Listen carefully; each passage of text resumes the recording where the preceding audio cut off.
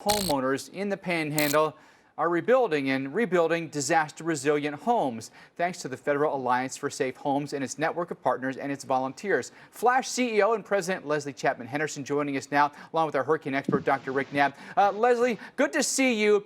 Tell us about the progress that we've made in places like Mexico Beach, especially when it comes to building, strong, sturdy homes that can withstand hurricanes. Well, Mexico Beach, Panama City, here in Port St. Joe, all of these communities are coming back, and what we're doing is we're building back better. Believe it or not, this morning, almost 12 hours ago, the darker colored home behind me was just a concrete slab. And volunteers right up the road from you at Square Foot Ministry, UMCOR, our group, IBHS, and all of the generous donors have made it possible. This house can be built in 3 days. And Leslie, unlike some of the larger homes that we've seen in Mexico Beach that withstood the storm surge and the winds of Michael, talk about these homes that are the kinds of homes that a lot of folks might be able to relate to in terms of the size of home they live in.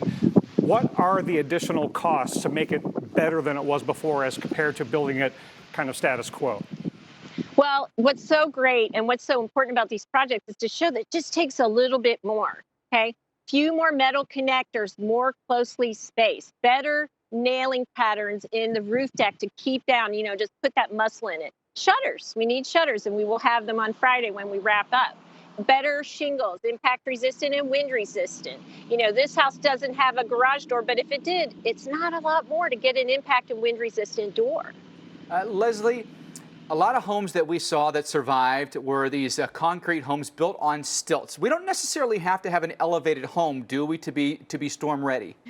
Well, no. And if you're not in the flood zone where the expected, elevation is going to come, you don't have to be storm ready. I mean, we had 6 partners at Habitat, 6 Habitat strong homes that got hit by Category 5 Michael right here up the road in Lynn Haven, survived beautifully. It's just all about the details, and these details don't cost that much money. The shutter package for this house, mounted and installed shutters, is $1,000, but the insurance savings for this homeowner, believe it or not, is going to be $4,000 per year. So these things pay for themselves.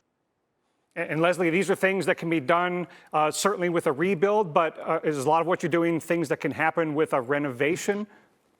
Yeah. And as homeowners, we know over time there's all kinds of things that we have to do. So as we're replacing a garage door, if we're getting a new roof, and if we're not getting a new roof, there's things you can do in the attic just with flooring adhesive, windows, weather stripping, caulking around them, and just looking at the way water flows around your yard. There's small micro things you can do that get you hurricane strong and resilient too. Awesome stuff for sure. Always good to see you, Leslie Chapman-Henderson, president of Flash. Leslie, thank you.